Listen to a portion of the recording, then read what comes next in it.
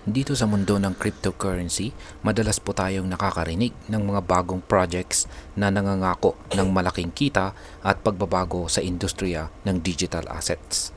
Isa na po rito ang Picoin. Isa itong cryptocurrency na matagal na pong inaabangan ang opisyal na launching nito. Pero bakit nga ba marami ang interesado rito? Ano po ang dahilan ng biglaang pagtaas ng speculative price nito ng halos 70%? At higit po sa lahat, sulit ba itong pag-investan bilang isang Pinoy crypto trader o investor? Kaya yan po ang siyang ating pag-uusapan sa video na ito. Pero bago po tayo magpatuloy, ay nais ko lamang po munang bigyang linaw ang aking disclaimer kung saan ang nilalaman po ng video na ito ay hindi po ito isang financial advice. For education and information purposes lamang po ang layunin nito. Ayan, sa mga nagko-comment na libre lamang po itong si Picoin. Ayan. Totoo naman po na libreng makukuha si Picoin sa pamamagitan po ng pagmimina. Pero bilang mga investor ay syempre na hindi po tayo nagmimina kasi kung meron naman po tayong pondo, yan, pwedeng i-invest, yan, ay bili na lamang po tayo ng Picoin. Yan. Pero sa ngayon ay hindi pa natin na magagawa yan. Hindi pa tayo makakabili sa mga exchanges. Kaya hintayin po natin yung launching nito sa February 20. Yan na po yung kanyang launching at marami na pong mga exchanges ang nag-confirm na magkakaroon sila ng listing dito kay Picoin. Kaya sa madaling salita ay magiging available po kaagad ang Picoin sa mga exchanges at na-content ko po yan kanina. Kaya panoorin na lamang po ninyo. Ngayon ay ano nga ba ang Picoin at bakit po maraming tao ang naghihintay sa launching nito? Ang Pi Network ay isa po itong blockchain-based platform na nagbibigay daan sa mga user na magmina ng Picoins gamit lang ang kanilang smartphone. Dahil dito ay milyong-milyong tao na ang nakilahok sa pagmimina ng Picoin kahit hindi pa ito opisyal na na-trade or na-trade sa mga pangunahing crypto exchanges. Sa kasalukuyan ay marami pong haka-haka kung magkano ang magiging official launch price ng Picoin kapag ito'y tuluyan ng maisama sa aktual na trading sa major exchanges. Nito pong February 14, 2025, iniulat na tumaas po ang speculative price nito mula sa mas mababa sa $50 patungo sa higit $90. Pero tandaan, ito ay speculative price lamang at hindi pa ito ang tunay na market value ng Picoin. Ngayon ay ano po ang ibig sabihin ng mainnet launch at bakit naman po ito mahalaga?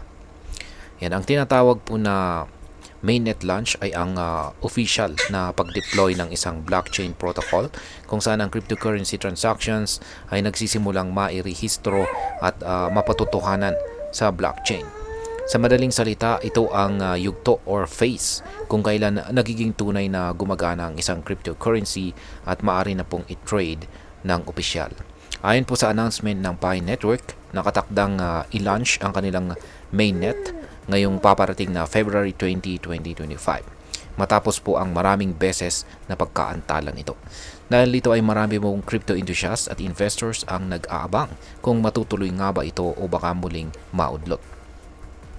Ngayon ay ano po ang mangyayari kung hindi po matuloy ang launching ng Picoin?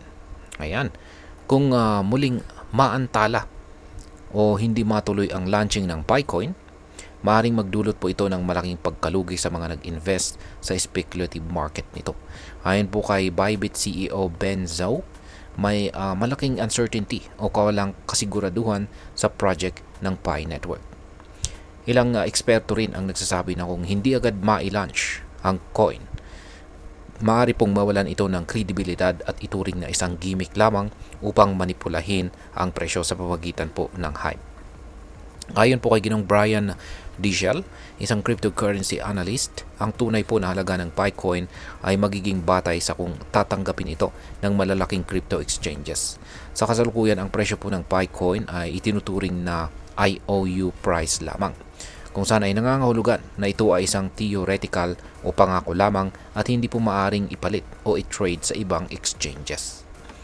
Ngayon ay gaano po kataas ang posibleng magiging presyo ni Picoin? Ayan. Kapag tuluyan na pong ma-trade itong si Picoin, Magiging malaking factor po sa presyo nito ang demand mula sa mga naunang nagmina ng coin.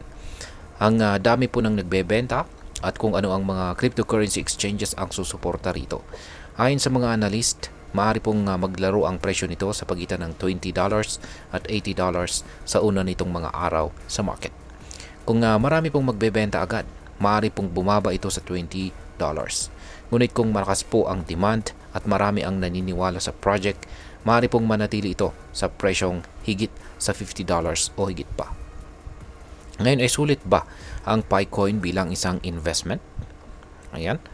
Ngayong hindi pa opisyal na naila-launch sa mga major exchanges ang Picoin, hindi pa rin tiyak kung magiging matagumpay ito bilang isang long-term investment.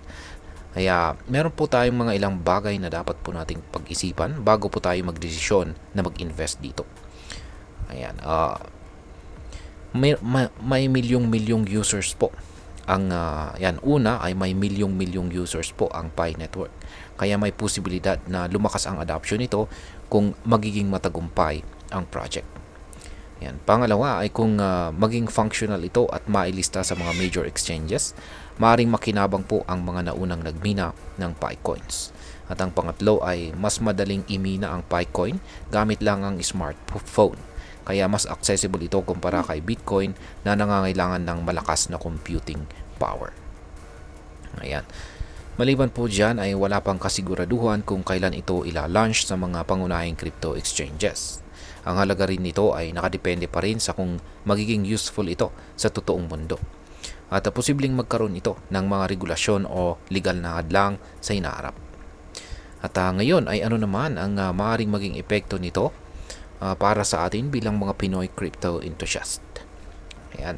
Malaga pong maging maingat sa pagpasok sa ganitong uri ng speculative investment. Dahil marami pong Pinoy ang interesado sa cryptocurrency, maaaring makita natin ang maraming maraming mga Pinoy na susubok na mag-invest dito kay Picoin.